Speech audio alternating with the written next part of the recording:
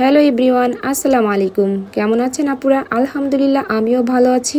আমার ভালো থাকার কারণ আমার বাসায় একজন মেহমান আসছে। আমি তাই আপ্যায়ন করার জন্য সকাল থেকে রান্না শুরু করে দিয়েছি আলহামদুলিল্লাহ। আপনাদের ভাইয়া পাশে বসে শুধু উৎসাহ হয়ে দিয়েছে, কোনো হেল্প করতে পারে নাই। এমনকি আমার বাসায় কোনো হেল্পিং হ্যান্ডও নাই, একা হাতেই সব করতে হয়। তাই আমি সব কিছু রান্নাবান্নার আয়োজন নিজে হাতে একাই গুছিয়ে নিয়ে রান্না শুরু করে দিয়েছি। আমি প্রথমে ইলিশ মাছ ভাজি করে নিয়েছি পেঁয়াজ মরিচ দিয়ে, তারপর বসিয়ে দিচ্ছি গরুর মাংস। আমি প্রেশার কুকারে গরুর মাংস রান্না করব, কারণ দ্রুত হয়ে যাবে এজন্য। বাসায় যখন কোনো হেল্পিং হ্যান্ড থাকে না, তখন কিন্তু এভাবে চটজলদি করে সব জিনিস গুছিয়ে নিলে রান্নাটা বেশ সহজ হয়ে যায়। আমি গরুর মাংসের মধ্যে টমেটো কেটে দিয়েছি এবং সমস্ত মশলার উপকরণ দিয়ে মাংসটাকে ভালো করে প্রেশার কুকারের মধ্যে কষিয়ে নিয়েছি।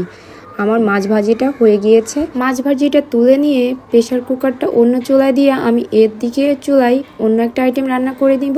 এই জন্য তেল দিয়ে দিলাম লবণ হলুদ, তার মধ্যে দিয়ে দিলাম সেদ্ধ করা ডিমটাকে একটু লাল করে ভেজে উঠিয়ে নিচ্ছি। এবার আস্তে আস্তে সমস্ত মশলার উপকরণ অ্যাড করে নিব।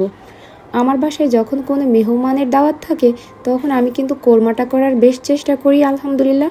হোক সেটা মুরগির মাংসের কোরমা কিংবা মুরগির ডিমের কোরমা, আমার কিন্তু বেশ ভালো লাগে কোরমা করতে। এবং কোরমাটা যেন আমার সিগনেচার ডিশ। বেশ সুন্দর করে আমি কোরমাটা রেডি করি, যত্ন সহকারে প্রতিটা রান্নাই করা হয়। তবে কিছু কিছু রান্না বেশ স্পেশাল হয়। আমি এখানে নারকেল কোড়া দিয়ে দিয়েছিলাম এবং যখন গ্রেভিটা একটু ঘন হয়ে গিয়েছিল, তখন আমি লিকুইড দুধ দিয়ে দিয়েছি, একটু সামান্য চিনি দিয়েছি, আর এখানে একটু পোলাও পাতা দিয়ে দিয়েছি।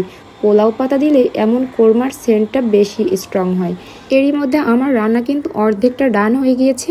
এখানে আমি গরুর মাংসের মধ্যে গোটা গোটা আলু দিয়ে দিলাম, আর দিয়ে দিলাম গরম পানি। আমি তরকারিতে ম্যাক্সিমাম সময় গরম পানি ব্যবহার করি, কারণ মাংসের মধ্যে গরম পানি দিলে মাংসটা খুবই দ্রুত সেদ্ধ হয়।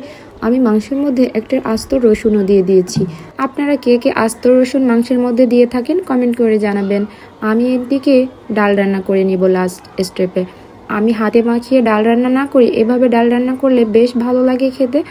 আমি সবগুলো উপকরণ দিয়ে ডালটাকে একটু স্পুন দিয়ে নাড়িয়ে চাড়িয়ে মিশিয়ে নিয়েছি। তার মধ্যে আমি কিন্তু টমেটোও দিয়েছি। ডালের মধ্যে টমেটো খেতে আমার ভীষণ ভালো লাগে। ডালের মধ্যেও আমি একটু পোলাও পাতা দিয়েছি। আমার ছাদে কিন্তু অনেকগুলো পোলাও গাছ আছে, আমি ওখান থেকে পাতা এনে মাঝে মধ্যে এভাবে রান্নার মধ্যে দিয়ে থাকি। ডালে এবার লাস্ট স্টেপে আমি বাঘার দিয়ে দিচ্ছি। পেঁয়াজ এবং রসুনটাকে ভাজি করে তারপর দিয়ে দিয়েছি। বেশ সুন্দর হয়েছে এবং চটজলদি হয়েছে আমার রান্নাগুলো।